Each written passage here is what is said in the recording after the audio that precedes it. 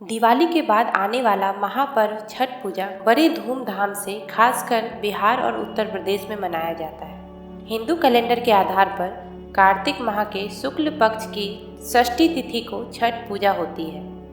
हम जानते हैं सूर्य के बिना धरती पर जीवन संभव नहीं है। छठ पूजा का ये पावन पर्व भगवान सूर्य और छठी मैया को समर्पित है।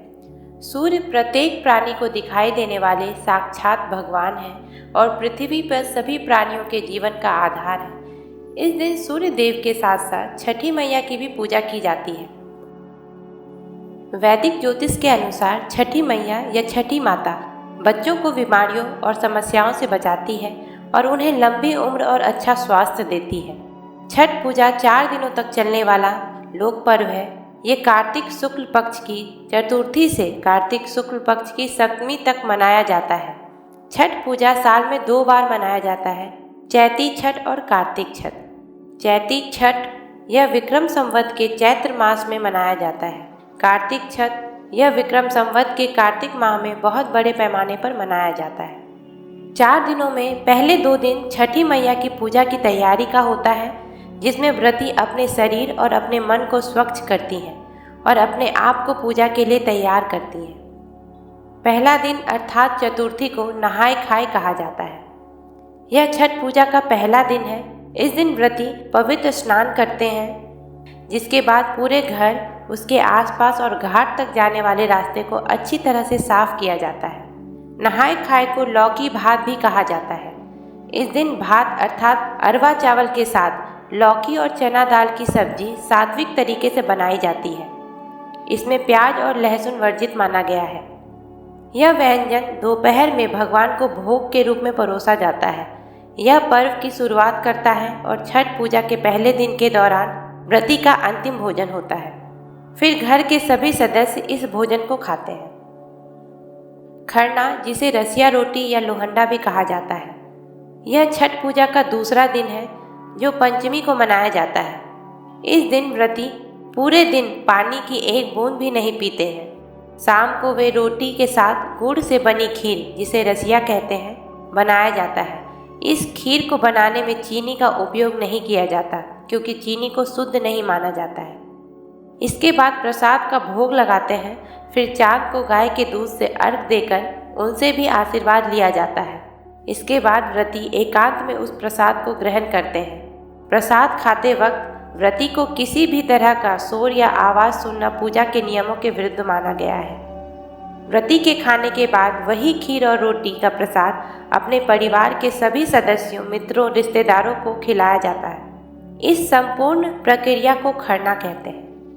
इसके बाद व्रती के लिए शुरू होता है 36 घंटे का निर्जला उपवास। इस तरह का उपवास वैदिक काल से चला आ रहा है, जब ऋषि मुनि लंबा उपवास करते थे और भगवान का ध्यान करते थे। छठ पर्व सबसे कठिन पर्व में से एक माना जाता है। जो कोई भक्त इस पावन पर्व को पूरी श्रद्धा के साथ करता है, माँ उसके सारे कष्ट दूर कर देती है और उसकी सभी मनोकामना पूरी कर देती है। तीसरा दिन संध्या अर्घ षष्ठी तिथि।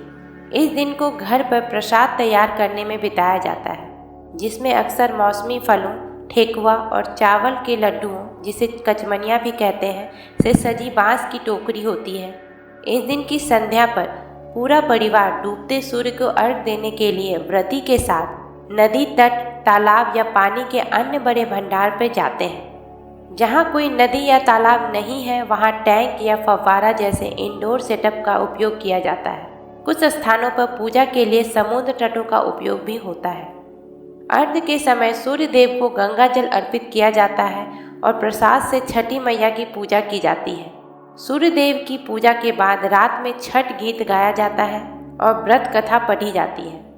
घर लौटने के बाद भक्त परिवार के अन्य सदस्यों के साथ मिलकर कोसी भराई की रस्म निभाते हैं। वे 5, 7 या 9 गन्ने अर्थात ईख लेते हैं और उन्हें एक साथ बांधकर एक मंडप बनाते हैं और उस मंडप की छाया के नीचे 12 से 24 दिए जलाते हैं और ठेकुआ और अन्य मौसमी फल चढ़ाते हैं।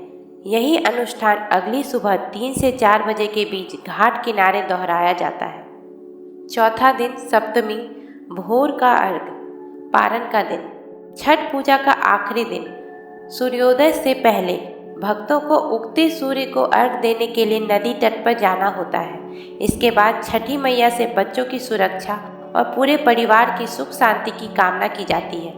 पूजा के बाद भक्त अपना उपवास तोड़ने के लिए पानी पीते हैं और थोड़ा प्रसाद खाते हैं। इसे पारण कहते हैं। ये तो थी छठ व्रत की विधि।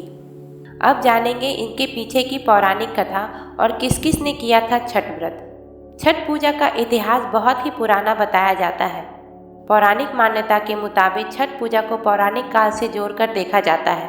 ऐसी कई कथा मिलती है जिसमें राजा प्रियंवद, भगवान राम, द्वापर में दानवीर कर्ण के अलावा पांडवों की पत्नी द्रौपदी ने सूर्य उपासना की थी कि कहानी का जिक्र मिलता है।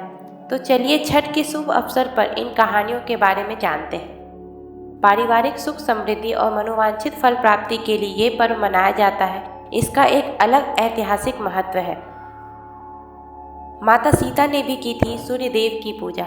एक मान्यता के अनुसार जब राम सीता 14 साल के वनवास के बाद अयोध्या लौटे थे, तब रावण वध के पाप से मुक्त होने के लिए उन्होंने ऋषि मुनि के आदेश पर राजसूय यज्ञ करने का फैसला लिया था। पूजा के लिए उन्होंने मुद्गल ऋषि को आमंत्रित किया। मुद्गल ऋषि ने मां सीता पर गंगा जल छिड़ककर पवित्र किया और कार्तिक मास के शुक्ल पक्ष की षष्ठी तिथि को सूर्य देव की उपासना करने का आदेश दिया।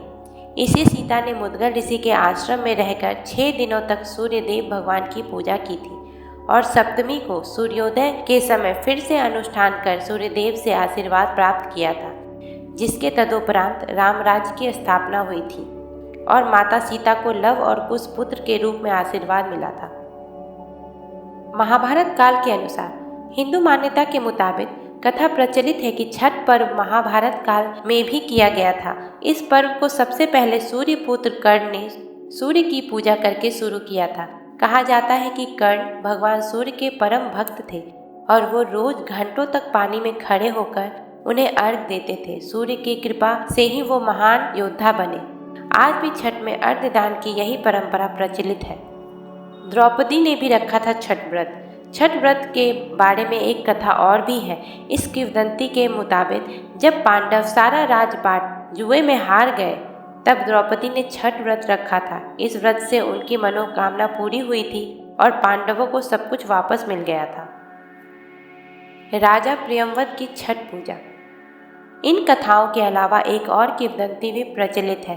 पुराणों के अनुसार प्रियंवद नामक एक राजा निसंतान थे। इसके लिए उन्हें हर जतन कर डाले, लेकिन कोई फायदा नहीं हुआ।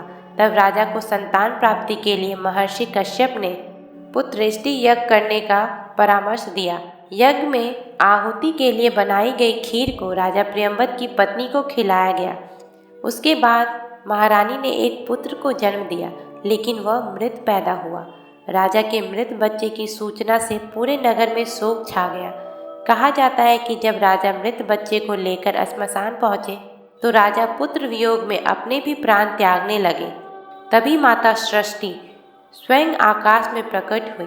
देवी ने कहा, मैं देवी पार्वती का छठा रूप छठी मैया हूँ। मैं दुनिया के सभी बच्चों की रक्षा करती हूँ और सभी निसंतान माता पिता को संतान का आशीर्वाद देती हूँ। इतना कहकर देवी ने शिशु के मृत शरीर को स्पर्श किया, जिससे वह जीवित हो उठा।